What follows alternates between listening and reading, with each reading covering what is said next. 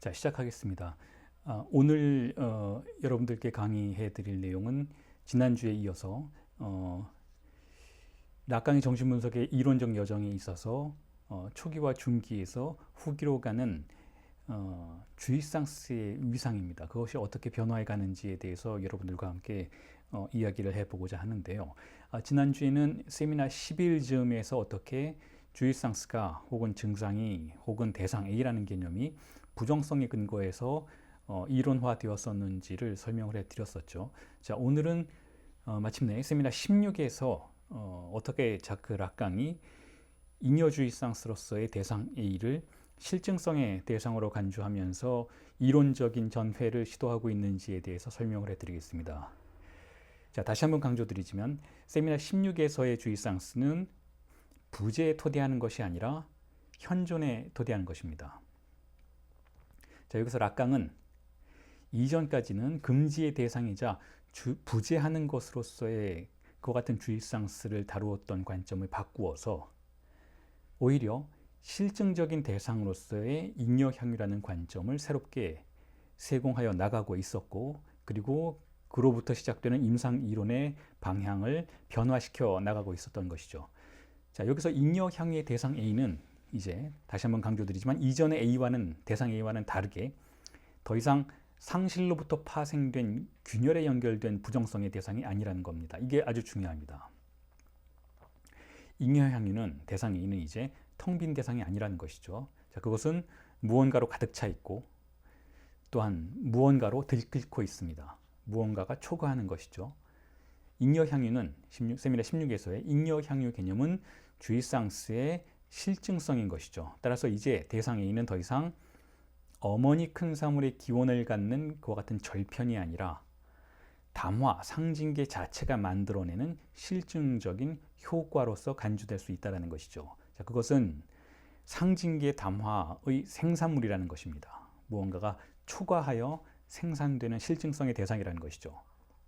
자, 그래서 잉여향유로서의 대상 A는 주이상스가 없다라는 사태의 흔적이 아니라 그러한 부재에 대한 보상으로서 생산되는 상징계 내부의 파생물이라고도 할 수 있습니다. 그렇기 때문에 락강은 이제 잉여향유의 기능을 분석의 새로운 중역으로 간주할 수 있게 됩니다. 실증성으로서의 잉여향유를 분석의 절차에 아주 중요한 대상으로 설정을 한다는 것이죠. 잉여향유의 기능을 고립시켜서 파악하는 것. 자, 이게 정신분석 임상의 아주 중요한 목표가 된다는 것이죠.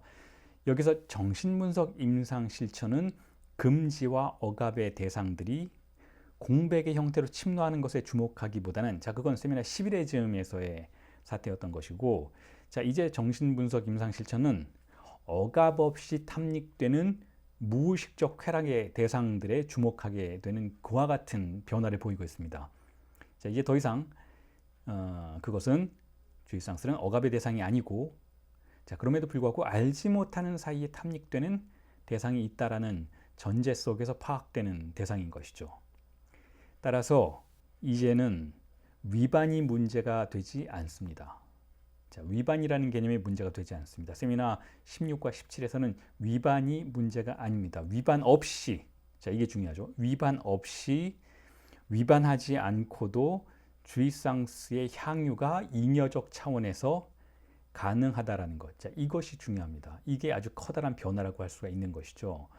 자, 이러한 탐닉의 유형을 담화의 구조 내부에서 파악해내는 것이 분석의 주요한 절차가 된다는 겁니다. 담화의 내부 구조에 어디에서 대상 A가 작동하고 있는가? 담화의 구조 내부에서 잉여향유는 어디에 위치하는가? 자, 이걸 파악하는 것이 곧 주체의 토대가 어떻게 구조화되어 있는지를 가늠할 수 있게 해준다는 것이죠. 자, 그래서 락강이 세미나 16에서 이에 대해서 뭐라고 하고 있는지를 여러분들께 읽어드리면서 수업을 진행해 보도록 하겠습니다. 자, 락강이 이렇게 말하고 있습니다. 자, Le discours détient les moyens de jouir en tant qu'il implique le sujet. Il n'y aurait aucune raison de sujet au sens où l'on peut dire raison d'état. S'il n'y avait au marché de l'autre un corrélatif, c'est qu'un plus de jouir s'établisse qui est capté par cet un. 번역을 하면 이렇습니다. 담화는 주체를 함축하는 것으로서 향유할 수 있는 방도들을 보유하고 있습니다. 만일 대타자의 시장에서 하나의 상관왕이 없다면 주체의 이유, 그러니까 국가적 이유라고 말할 수 있는 의미에서의 그런 주체의 이유가 있을 수 없기 때문입니다. 그것은 잉여 향유가 무언가에 의해서 포착되어 정립되는 그런 것입니다. 자, 이 문장이 세미나 16에 1968년 11월 13일 날 강의되었던 문장이죠. 자, 이걸 강의해 드리면 이렇습니다. 자, 여기서 말해지는 대타자의 시장이라는 것은 어떤 개념인가 하면 마르크스의 노동시장을 빗대어서 은유하는 기표의 시장이라고 할 수가 있겠죠. 자, 기표가 교환되는 장소로서의 대타자의 장 혹은 시장 내부에 잉여 향유를 통해 포착되는 주체의 개념이 있다는 것이죠. 자, 그런데 이것은 더 이상 하나의 기표에 의해 다른 하나의 기표에게 재현되는 주체의 개념, 즉 죽은 주체의 개념이 아니고, 즉 세미나 16에서 제공되는 이와 같은 잉여 향유의 주체 개념은 혹은 세미나 17에서 4개의 담화 구조를 통해 각각의 위치와 속성이 밝혀지게 되는 그와 같은 주체의 개념은 죽은 주체의 개념이 아니라는 거예요. 대상 A라는 살아있는 잉여 향유를 통해서 파악될 수 있는 주체 개념이라는 것이죠. 자, 여기서 4개 담화의 구조라는 것을 설명드리자면 이렇습니다. 그것은 언어로 소통하는 공동체 내에서 주체가 무의식의 쾌락을 탐닉하는 4가지 유형을 가리킨다라고 이해해 볼 수가 있습니다. 4가지 담화란 그렇다라는 것이죠. 그리고 대타자의 시장, 즉 기표 교환의 장애, 다름 아니라고 볼 수가 있는 담화 구조 내부에서 탐닉되는 잉여 향유의 유통 양태를 파악한다면 주체의 위치를 밝혀낼 수 있다라고 인용문에서는 락강이 암시하고 있는 것이죠. 여기서 대타자의 시장이라는 것은 결국 말을 하는 인간 공동체의 장이라고 할 수 있는데, 그와 같은 장 내부에서 어떤 담화의 구조를 통해서 주체가 쾌락을 탐닉하고 있는지를 우리가 파악해낼 수 있다면 주체의 구조를 알아낼 수가 있다는 것이죠. 자, 이와 같은 세미나 16에서의 주의상스에 대한 접근법은 다시 한번 강조드리지만 위반이 아니라는 사실이 아주 중요합니다. 위반이 아닙니다. 자, 이것은 주의상스에 대해서 과거에 그랬던 것처럼 전적으로 배제의 태도가 아니라는 것이죠. 그와 같은 배제의 태도가 상당 부분 완화되었다는 것을 의미한다는 것이죠. 주체의 쾌락의 경제에서 주의상스는 포기되었어요. 이건 명백합니다. 어머니는 포기되었습니다. 큰 사물은 포기되었어요. 하지만 잉여 주의상스의 존재는 그것을 보상해 줄 수 있다는 것이죠. 자, 이게 세미나 16에서의 논점이에요. 인간에게 문명 속의 불만을 살아가는 인간에게 큰 사물은 상실되었어요. 그건 여전히 작동하고 있는 락강의 개념적인 장치입니다. 우리는 쾌락을 잃어버렸다. 성관계는 없다. 주의상스는 없다. 상실되었다라는 것이죠. 근본적인 상실이 있다라는 것이죠. 자, 그런데 자, 그럼에도 불구하고 보상의 체계가 있다라는 거예요. 보상의 체계. 이 보상의 체계가 바로 4개의 담화 구조가 생산해내는 잉여 주의상스라는 것이죠. 자, 이와 같은 락강의 변화된 관점은 또한 기표와 주의상스 사이의 새로운 관계의 규정을 예고하는 것이라고도 볼 수가 있어요. 자, 기표가 더 이상 주의상스의 대립항이 아니게 될 것이라는 것이죠. 이게 중요합니다. 기표와 대립되는 것으로서의 주의상스 개념은 이전 락강의 이론의 개념이었던 것인데, 이제 세미나 16에서는 기표와 주의상스가 서로 친화적인 관계, 서로가 서로를 배척하지 않는 관계로 파악되기 시작했다라는 것이죠. 자, 이제 담화는 근친상간적 주의상스에 대한 배제를 여전히 수행하고 있지만 그와 동시에 잉여 향유의 산출을 또한 담당한다라는 것. 자, 이게 큰 변화라는 것이죠. 담화는 주의상스에 대한 거부의 주체인 동시에 생산의 주체가 된다라는 것이죠. 자, 여기서의 기표 주의상스의 관계는 이제 대립적인 것이 아니라 원초적이며 기원적인 것이 된다라는 거죠. 기표 없이 주의상스 없고 주의상스 없이 기표 없다라는 것이죠. 이제 더 이상 상징계는 실제와 완전히 분리된 독자적인 위상을 갖는 것이 아니라는 겁니다. 상징계 내부에서 잉여 향유가 실증적인 방식으로 생산된다라는 것이죠. 바로 그런 의미에서 상징계는 주의상스에 대한 배척의 영토가 더 이상 아니라는 관점. 자, 이게 세미나 16에서 락강이 변화하는 모습이라는 것이죠. 자, 이와 같이 새롭게 구성된 기표 주입상스의 관계는 이중적입니다. 자, 먼저 그것은 상징계의 고유한 기능이 그러하듯이 주입상스를 폐지합니다. 자, 이건 여전히 작동하고 있는 락강의 기본적인 태제이고 프로이트의 태제이기도 해요. 쾌락을 박탈한다는 것이죠. 상징계가 거세를 통해서 아버지의 이름이 도입되고 아버지의 이름이 거세 기능을 통해서 상징계를 우리의 신체에 장착시키면 우리는 주입상스를 박탈당한다라는 거예요. 주입상스는 폐지된다라는 것이죠. 자, 이건 여전히 작동하고 있는 기본 전제인데, 자, 그런데 그렇기 때문에 쾌락 원칙이 방어의 기능이죠. 주입상스를 폐지하는 기능이기도 하죠. 자, 쾌락 원칙이 작동하는 한 이처럼 상징계의 억압 기능과 주입상스에 대한 핍진화 기능은 목티피케시용이죠. 주입상스에 대한 핍진화 기능은 그대로 유지가 되는데, 자, 그런데 이처럼 기표가 주입상스의 상실을 책임지는 차원이 기표와 주입상스의 프로이트적인 첫 번째 국면이었다라고 한다면, 자, 이걸 우리가 기억한다면, 그런 다음에 어떤 일이 벌어지는가를 세미나 16에서 세공하는 이론적인 그러한 작업이라고 할 수가 있다는 거죠. 그런 다음 어떤 일이 벌어지는가, 우리가 주입상스를 박탈당한 이후에 어떤 일이 벌어지는가 하면 잉여향유가 출현한다라는 거예요. 잉여향유가. 자, 락강은 세미나 16과 17에서 잉여향유가 어떻게 주입상스의 상실을 실체화하는지에 대한 다양한 논증을 전개시키고 있습니다. 기표의 억압에 의한 주입상스의 상실로부터 물리적인 하나의 현상이 출현하게 된다는 것이죠. 상실된 주입상스가 다시금 물질적인 잉여의 형태로 출현하게 된다는 겁니다. 자, 이것이 바로 기표 주입상스의 두 번째 국면이라고 할 수 있어요. 자, 첫 번째 국면은 프로이트적 국면이라고 할 수 있고 문명 속의 불만이라고 할 수 있고 주입상스의 박탈이라고 할 수 있었던 것이죠. 자, 그런데 락강은 세미나 16에서 자, 그런데 무언가가 다시 발생한다라는 거죠. 기표 주입상스 관계의 두 번째 국면이 그와 같은 잉여 주입상스의 생산을 가능하게 만든다라는 것이죠. 기표의 도입은 그런 의미에서 주입상스의 핍진과 상실만이 아니라 그에 대한 보상으로서의 추가물을 산출한다라고 할 수가 있어요. 정신분석에서 전통적으로 간주되던 프로이트적인 구도, 즉 원초적 쾌락과 그에 대한 상실이라는 구도에 상실의 실체화라는 새로움이 도입되고 기표와 주입상스의 원초적 순환 관계에서 잉여향유라는 새로운 요소가 도입되는 것이죠. 자, 이렇게 도입된 잉여향유로서의 대상 A는 대타자의 균열을 봉합하는 기능을 하게 된다는 거예요. 대타자는 주입상스의 상실과 그로 인한 결여의 도입으로 구멍을 갖고 있습니다.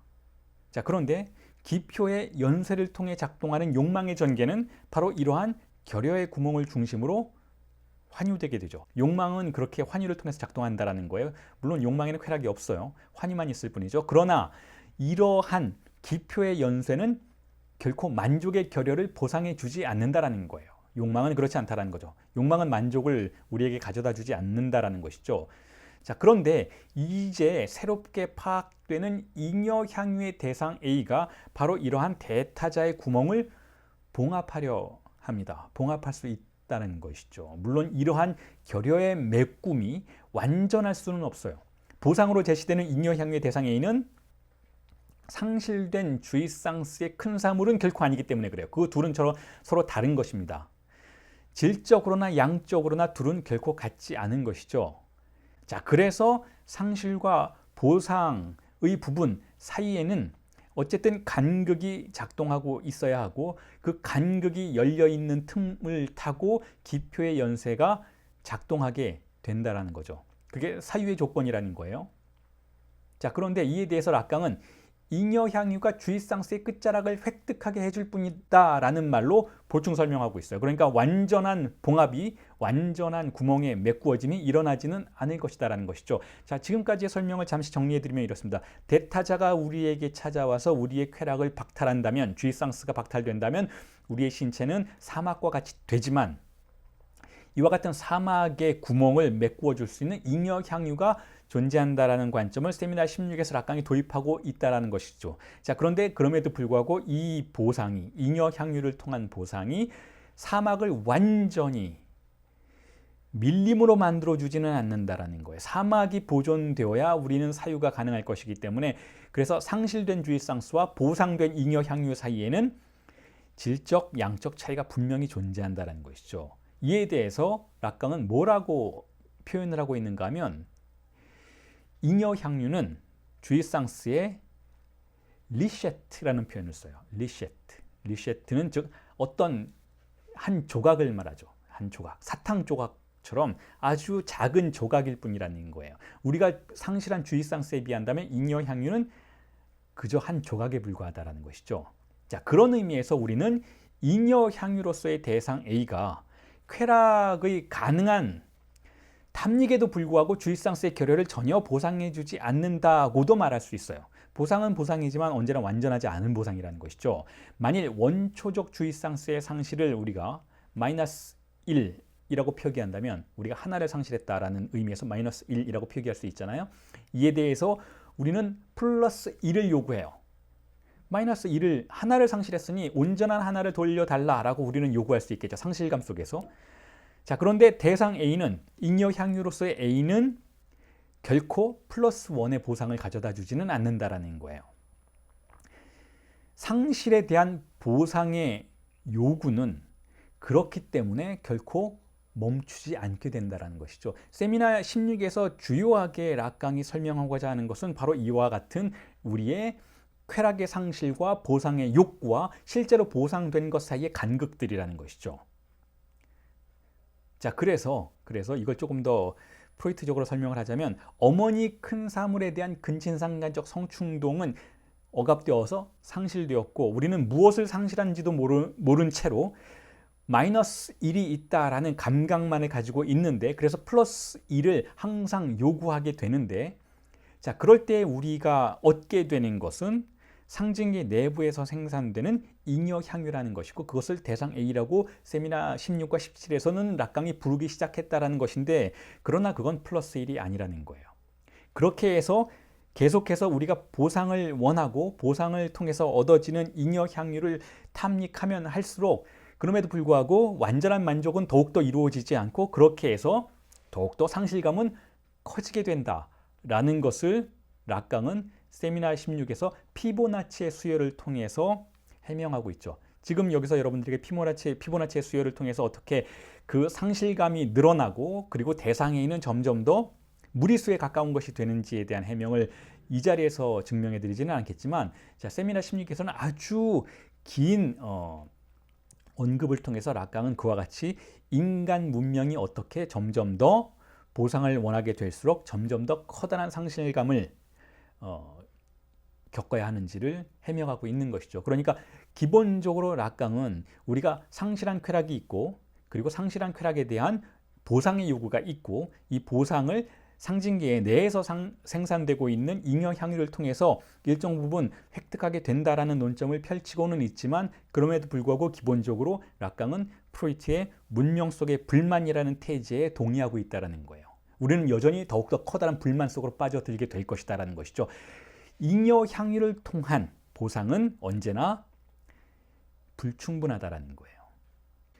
자, 오늘 강의는 이렇게 세미나 16에서 어떻게 락강이 프로이트의 문명 속의 불만이라는 태제를 더욱더 정교하게 변주하면서 잉여 향유라는 보상 체계의 대상을 통해서 일정 부분 향유가 일어나지만, 위반이 아닌 것으로서의 향유가 일어나지만, 물론 우리가 알지 못하는 사이에 탐닉하는 향유인 것이긴 하지만, 그럼에도 불구하고 위반이 아닌 쾌락의 탐닉이 존재는 하지만, 그럼에도 불구하고 상실된 것의 온전한 보상은 결코 이루어지지 않고, 오히려 그와 같은 한 줌의 보상이 상실감을 더욱더 키워나간다라는 논점을 전개시켰는지에 대한 해명을, 강해를 하면서 마치도록 하겠습니다.